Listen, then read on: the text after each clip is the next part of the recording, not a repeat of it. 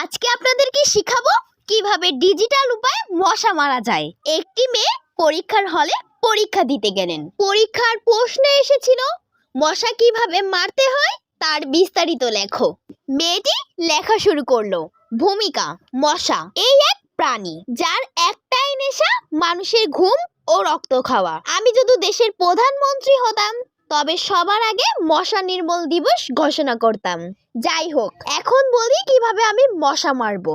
প্রথমে আমি ঘরে প্রবেশ করব সিনেমার নায়িকার মতন।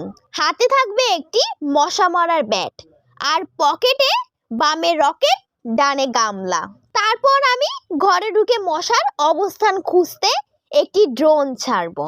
ড্রোনটি মশার ছবি তুলে আমার ফোনে পাঠাবে। ছবি দেখে বুঝবো মশাটা সোফার কোনায় বসে এক ফোঁটা রক্ত নিয়ে গান শুনছে।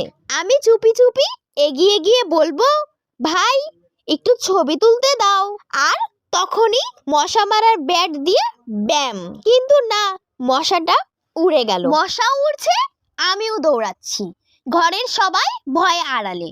আমি গ্যাসের চুলা চালু করে ঘরের তাপমাত্রা বাড়িয়ে দিই যেন মশা ঘামে আর নিচে পড়ে যায়। অবশেষে মশাটা ঘেমে চুলার পাশে এসে বসে।